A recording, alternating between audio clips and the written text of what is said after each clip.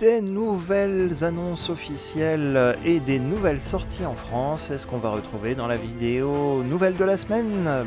Bienvenue sur TF Toybox, chaîne qui passe en revue les figurines et qui vous informe des nouveautés sur Facebook, Instagram et Twitter. De belles images et de belles sorties. Cette semaine, vous retrouverez le sommaire en description de la vidéo comme d'habitude. Si vous aimez cette vidéo, n'oubliez pas le petit pouce positif avant de partir. Et tout de suite, on passe aux premières news. On en avait déjà, mais on en a deux nouvelles, des images officielles du 4e pack Golden Disc Collection prévu pour l'année prochaine avec Terrorzor. On le retrouvera ici en mode robot avec des photos plus claires, c'est pas des photos de prototype, ça ressemble au produit fini. Ses accessoires, dont un nouveau Golden Disc, d'où le nom de la collection Golden Disc. D'après l'histoire sur les packagings, c'est Terrorzor qui survit et qui a en sa possession un Golden Disc et il va faire un carnage s'il ne va pas être arrêté par les autres Autobots. On a aussi une image plus claire du packaging de Golden Disc Terrorzor Kingdom, sachant qu'on avait déjà une image un peu plus sombre auparavant. Et enfin, c'est enfin officiel, Hasbro a annoncé sur Instagram l'équivalent de la vague 5 Kingdom ou la vague 4.5, composée de 2 Deluxe et un Voyager. Le premier, Pipes, un repeint de Huffer légèrement modifié avec des nouvelles armes et une nouvelle tête.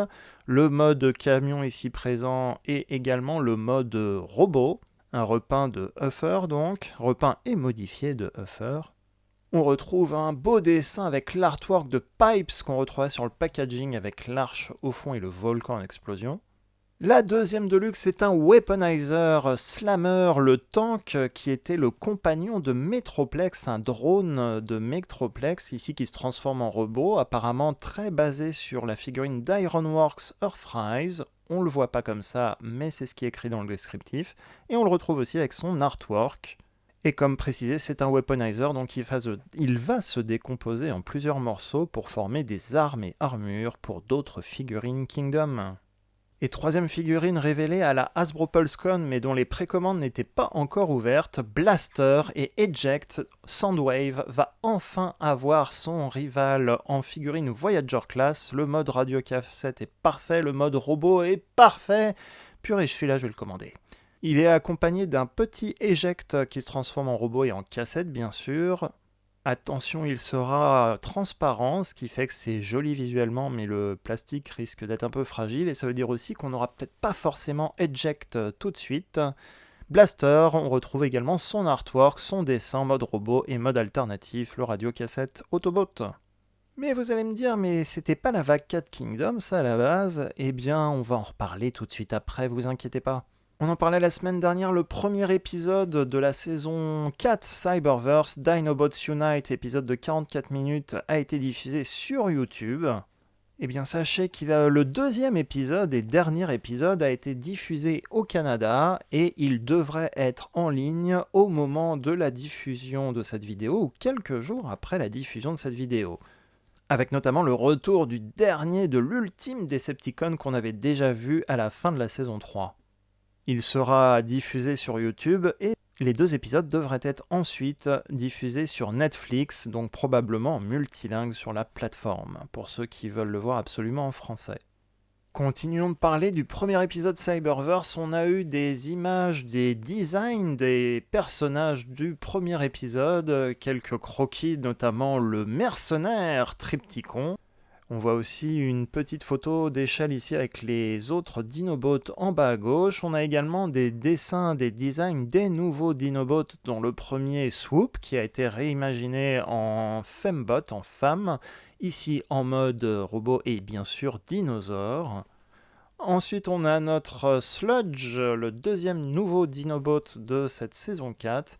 Mode robot et mode animal également, Diplodocus ou Brontosaure, j'ai peut-être un doute sur celui-là. Ensuite, Slag, le Triceratops, tout souriant en mode robot et aussi en mode Triceratops. Et enfin, Snarl en mode robot avec ses pics sur les bras et les jambes. Et bien sûr sur tout son corps de dinosaure, stégosaure, bien évidemment. Enfin, ces nouveaux Dinobots s'assemblent pour former Volcanicus. Voici la version Cyberverse de Volcanicus, inspirée bien sûr du Combiner Power of the Primes. Même si Cyberverse est pour les enfants, vraiment ces dernières saisons, les 2 dernières, ont plein de clins d'œil avec Génération 1, War for Cybertron et d'autres univers réservés habituellement aux adultes. Je recommande fortement, c'est divertissant. Malheureusement un peu plus parfois même que War for Cybertron. Désolé.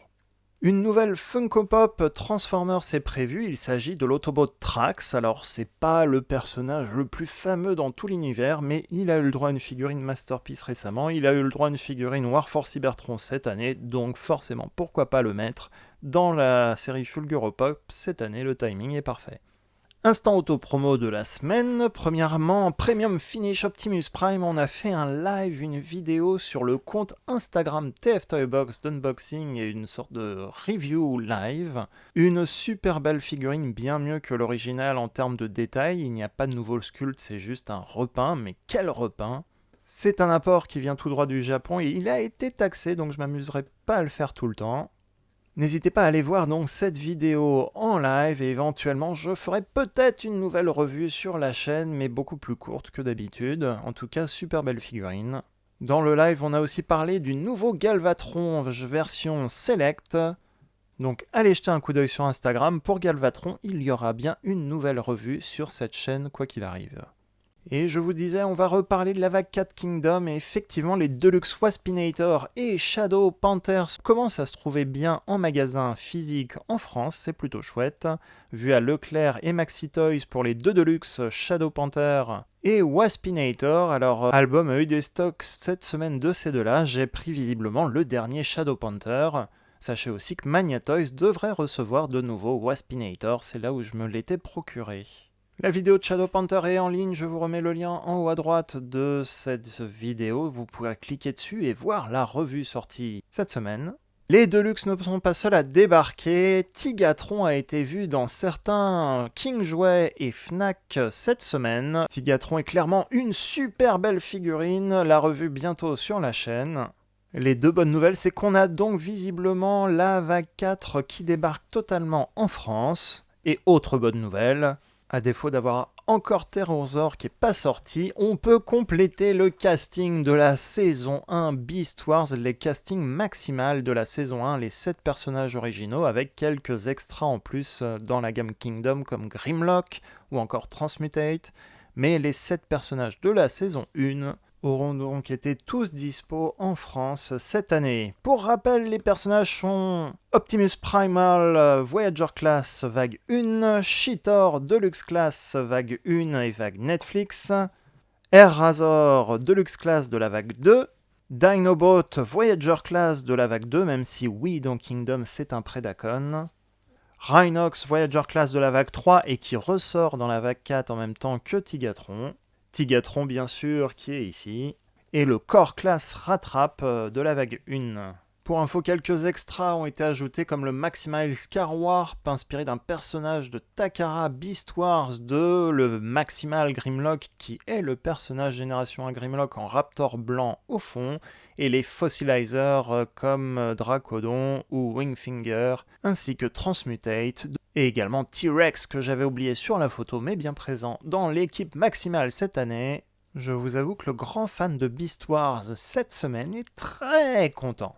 Ça veut surtout dire vague 4 Kingdom disponible en France à partir de cette semaine. Bonne chasse à vous.